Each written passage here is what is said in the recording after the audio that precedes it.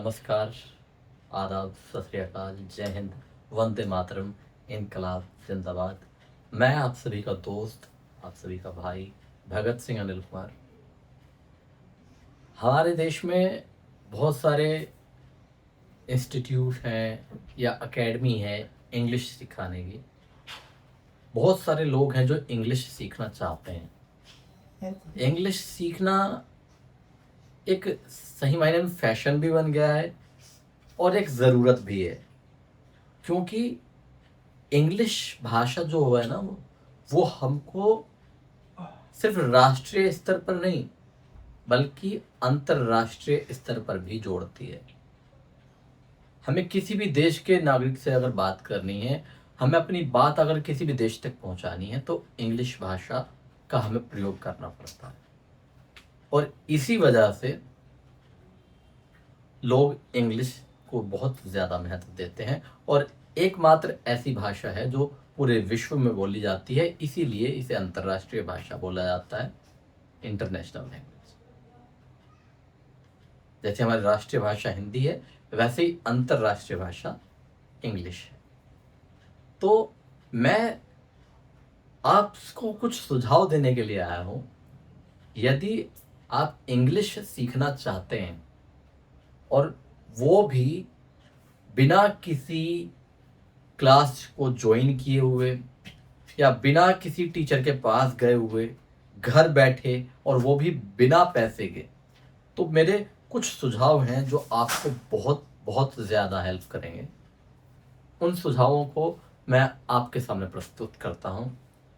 सबसे पहला सुझाव ये कि जिस टाइम पे आप इंग्लिश सीखना प्रारंभ कर रहे हैं तो कोशिश करें कि इंग्लिश में ही आप कोई भी हॉलीवुड की फिल्म देखें या कोई भी कार्टून का सीरियल या कार्टून का जो एनिमेशन का जो वीडियोस आते हैं उन्हें इंग्लिश में देखें, वो भी सबटाइटल के साथ में।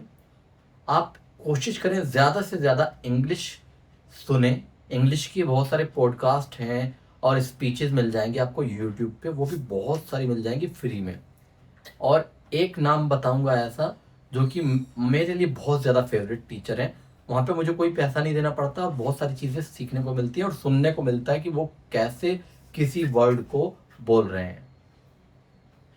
इंग्लिश विद लूसी, ये एक यूट्यूब चैनल है और इस पे लूसी जो हैं वो टीचर हैं इंग्लैंड से।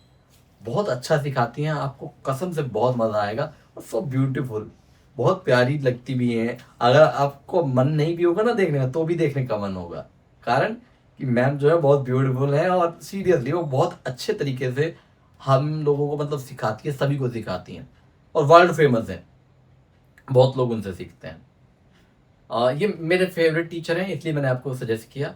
आप कोशिश कीजिए कि आपके जितने भी पास में वस्तुएं हैं, चीज़ें हैं, उन सब के नाम आप पहले हिंदी में लिखें और उनके सामने गूगल से सर्च करके या क्या बोलते हैं एआई चैट जीपीटी से सर्च करके आप उन शब्दों को, हिंदी के जो शब्द हैं, हिंदी की जो चीज़ें हैं, उन्हें इंग्लिश में लिखें और याद रखें कि इस पंखे को क्या कहते हैं, इस दीवार को क्या कहते हैं, इस दरवाजे को क्या कहते हैं। इन सब के नाम आप इंग्लिश में याद करें, ठीक है। और साथ ही साथ आप कोशिश करें कि आप उन्हें प्रतिदिन अपने प्रयोग में लाएं। मेरी फिंगर्स, मेरा थंब, सब कुछ जो भी आपके इर्द गिर्द है उन सारी चीज़ों को नोट कर लीजिए आप, ठीक है। ये आपको बहुत हेल्पफुल रहेगा। कोशिश कीजिए ज़्यादा से ज़्यादा इंग्लिश की स्पीच सुने, पॉडकास्ट सुने और साथ ही साथ अगर हो सके तो उन्हें देखें भी, वो भी सबटाइटल के साथ में। यूट्यूब पे सबटाइटल स्टार्ट करने के लिए एक ऑप्शन आता है CC, आप उस पर क्लिक करेंगे तो आपको सबटाइटल देखने को मिलेंगे, जिससे आप बहुत अच्छे से पढ़ भी वो उसे सबटाइटल को पढ़ भी सकते हैं और सुन भी सकते हैं कि वो सामने वाला क्या कह रहा है। आपको क्लियर हो जाएगा कि उनका जो सामने वाले का जो वर्ड था वो क्या था।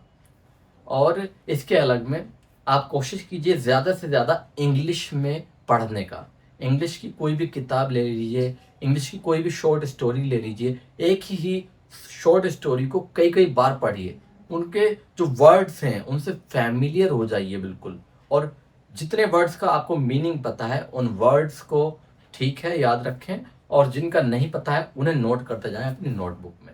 ये खुद करें, और ये एक्चुअली जो टीचर होते हैं वो भी यही करवाते हैं कि आपको यही सारी चीज़ें करवा रहे होते हैं, लेकिन वहाँ पे आप लोगों को पैसा देना पड़ता है। अपना रूटीन बनाइए, अपने आप पे ध्यान दीजिए कि मैं क्या सोच रहा हूँ, मैं क्या कर रहा हूँ। कोशिश करें ज़्यादा से ज़्यादा, अगर सोचना है तो इंग्लिश में सोचें, तभी हमारे अंदर फ्लुएंसी आती है।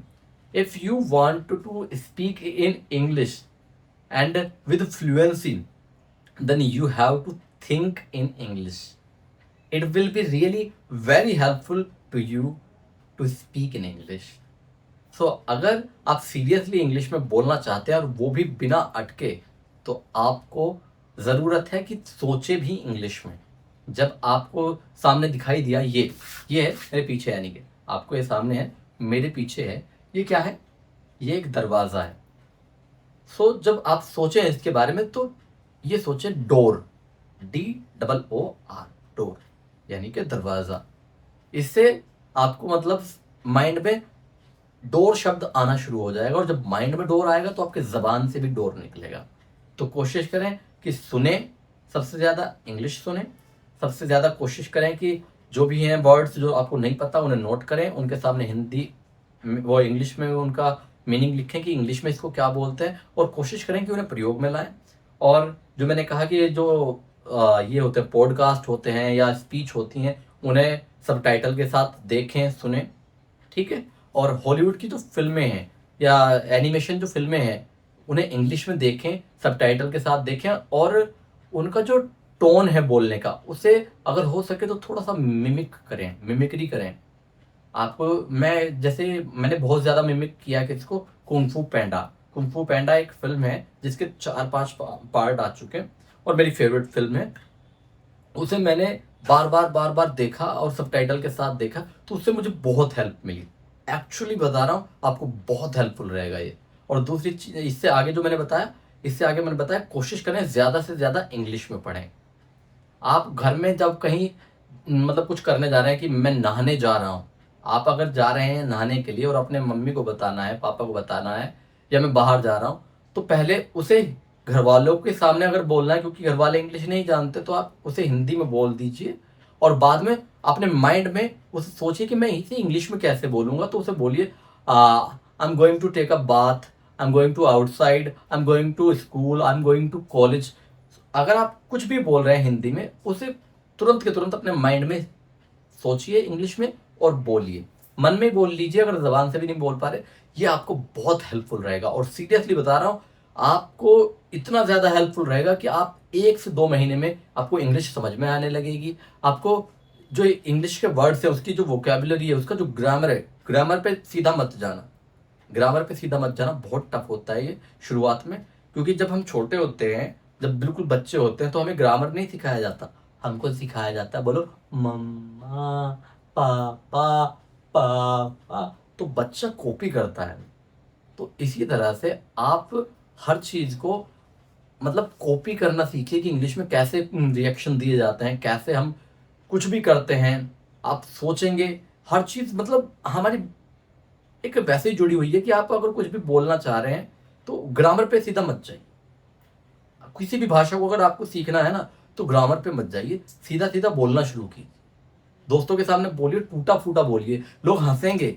और हंसना, जब बच्चा होता है छोटा और वो बोलना सीख रहा होता है, तो लोग हंसते हैं। हंसने का मतलब ये नहीं कि वो आपकी बेइज्जती कर रहे हैं, वो सिर्फ जस्ट मजा ले रहे हैं, फन ले रहे हैं, उन्हें मजा आ रहा है कि यार मतलब कितना अच्छा लगता है जब कोई टूटा फूटा बोलता है ना।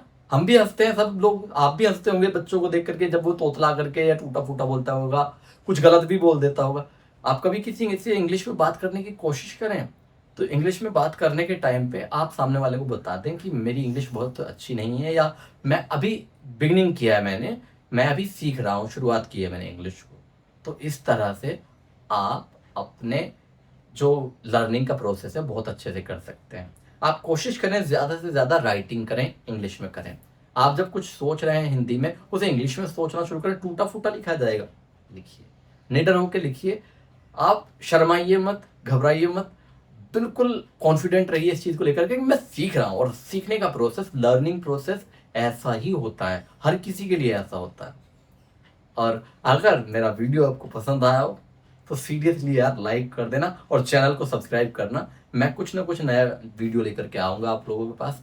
जय हिंद, वंदे मातरम, इनकलाब जिंदाबाद।